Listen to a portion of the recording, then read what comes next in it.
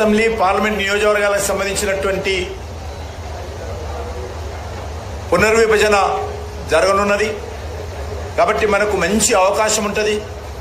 ఈ పునర్విభజన తర్వాత పూర్తి స్థాయిలో భారతీయ జనతా పార్టీ తెలంగాణ రాష్ట్రంలో అధికారంలో రావడానికి మరి అందరము అంకిత భావంతో పనిచేయాల్సి ఉంటుందని ఈ సందర్భంగా మనయేస్తున్నాం.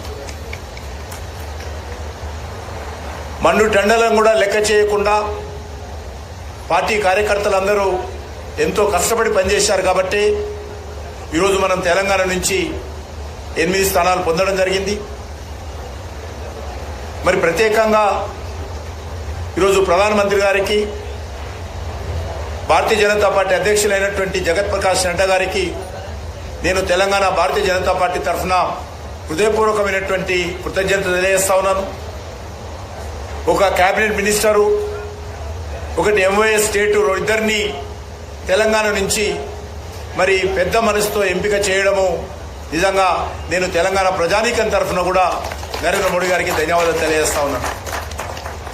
అదేవిధంగా ఆంధ్రప్రదేశ్ నుంచి భారతీయ జనతా పార్టీగా ఒక నిక్కసైనటువంటి కార్యకర్త అనేక రకాల ఇబ్బందులు వచ్చినప్పటికీ కూడా, ఒడిదుడుకులు వచ్చినప్పుడు కూడా మరి పార్టీని జెండా మోసినటువంటి మరి నర్సాపురం నుంచి ఇటీవల పార్లమెంట్ సభ్యుడిగా గెలిచినటువంటి మిత్రుడు శ్రీనివాస వర్మ గారిని ఈరోజు కేంద్ర మంత్రిగా తీసుకోవడము, భారతీయ జనతా పార్టీ ఏ రకంగా సిద్ధాంతపరంగా పనిచేస్తుందో, ఏ రకంగా కార్యకర్తల ఆధారంగా పార్టీ పనిచేస్తుందో దీన్ని బట్టి మనం అర్థం చేసుకోవచ్చు. తెలంగాణ నుంచి కానీ, ఆంధ్రప్రదేశ్ నుంచి కానీ ఈరోజు మరి కేంద్ర మంత్రులుగా ఎంపీ చేసినటువంటి ముగ్గురు కూడా ఒక సాధారణ కార్యకర్తలుగా పనిచేసినటువంటి వాళ్ళు ఈరోజు కేంద్ర మంత్రులుగా భారతీయ జనతా పార్టీ నియమించడం జరిగింది. దేశంలో ఏ రాజకీయ పార్టీ కూడా ఈ రకంగా మరి సాధారణ కార్యకర్తలను మరి గల్లీ నుంచి ఢిల్లీ వరకు తీసుకొచ్చి ఢిల్లీలో మంత్రులుగా చేసినటువంటి పరిస్థితి ఏ రాజకీయ పార్టీలో లేదు. మాకెవరికి బంధుత్వం లేదు. మాకు సంబంధించినటువంటి వ్యక్తులు ఎవరు కూడా ఎమ్మెల్యేలు కానీ, ఎంపీలు కానీ రాజకీయ పార్టీలో కీలక బాధ్యతలు ఎవరు లేరు. కానీ మరి ఎవరు లేకపోయినప్పటికీ కూడా సిద్ధాంతమే ఈరోజు మాకు ఊపిరి, మరి పార్టీ కార్యకర్తలే మా కుటుంబం అనే విధంగా ఈరోజు పార్టీ కార్యకర్తలను ఏ రకంగా ఎంపిక చేసిందో ఇది ఒక భారతీయ జనతా పార్టీలోనే సాధ్యమవుతుందనే విషయాన్ని కూడా ఈ సందర్భంగా మనయేస్తున్నాను. వచ్చేటువంటి 5 సంవత్సరాలు, గత 10 సంవత్సరాలుగా ఏ రకంగా పనిచేశామో వచ్చే 5 సంవత్సరాలు కూడా నరేంద్ర మోడీ గారి నాయకత్వంలో కేంద్ర ప్రభుత్వము, భారతీయ జనతా పార్టీ దుర్నీకృతమైనటువంటి ఉత్సాహంతో మరి రానున్న రోజుల్లో కూడా పనిచేస్తారని ఇప్పుడే ప్రధానమంత్రి గారు చెప్పడం జరిగింది.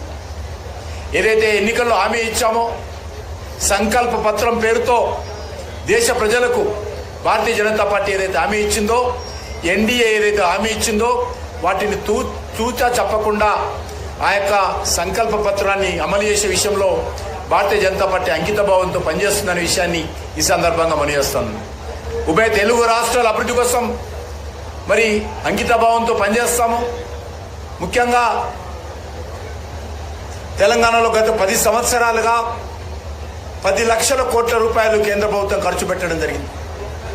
దేశంలో జాతీయ రహదారుల విషయంలో కావచ్చు, దేశంలో రైల్వేల అభివృద్ధి విషయంలో కావచ్చు, దేశంలో పేద ప్రజలకు సంబంధించినటువంటి మరి ఉచితంగా రేషన్ బియ్యం సరఫరా కావచ్చు, గ్రామాలకు ప్రధానమంత్రి సడే యోజన కావచ్చు, గ్రామాలకు మళ్ళీ జలశక్తి మంత్రిత్వ శాఖ ద్వారా మంచినీటి సరఫరా చేసేటువంటి నల్లాల ద్వారా సరఫరా చేసేటువంటి కార్యక్రమం కావచ్చు, దేశవ్యాప్తంగా పూర్తి స్థాయిలో అమలు చేయనున్నాం. గత 10 సంవత్సరాలుగా 4 కోట్ల ఇళ్ల నిర్మాణం చేయడం జరిగింది పేదలు. వచ్చేటువంటి 5 సంవత్సరాలు మరొక 3 కోట్ల ఇండ్లు పేద ప్రజలకు భారతీయ జనతా పార్టీ ప్రభుత్వం కట్టివ్వబోతుందని ఈ సందర్భంగా మనయేస్తున్నాం. అందుకే మరి ఖచ్చితంగా పార్టీ కార్యకర్తలు కూడా అందరూ కూడా మరింత పట్టుదలతో రానున్న రోజుల్లో భారతీయ జనతా పార్టీని దక్షిణ భారతదేశంలో, తెలంగాణలో, ఆంధ్రప్రదేశ్లో కూడా పటిష్టం చేసేటువంటి కార్యక్రమంలో ముందుండాలని మరి నేను కార్యకర్తలందరినీ కూడా కోరుతా ఉన్నాను. ప్రత్యేకంగా నేనైతే సికింద్రాబాద్ కాన్స్టిట్యున్సీకి ప్రాతినిధ్యం వహిస్తా ఉన్నానో అక్కడ ఉన్నటువంటి హైదరాబాద్ సెంట్రల్ జిల్లాకు సంబంధించినటువంటి అధ్యక్షులు, మిగతా పదాధికారులు, మోర్చాల కార్యకర్తలు, రాష్ట్ర నాయకులు, అదేవిధంగా సికింద్రాబాద్ మహంకాళి జిల్లా అధ్యక్షులు, జిల్లా పదాధికారులు, మోర్చాల పదాధికారులు, రాష్ట్ర నాయకులు అందరికీ కూడా వ్యక్తిగతంగా నా తరఫున కూడా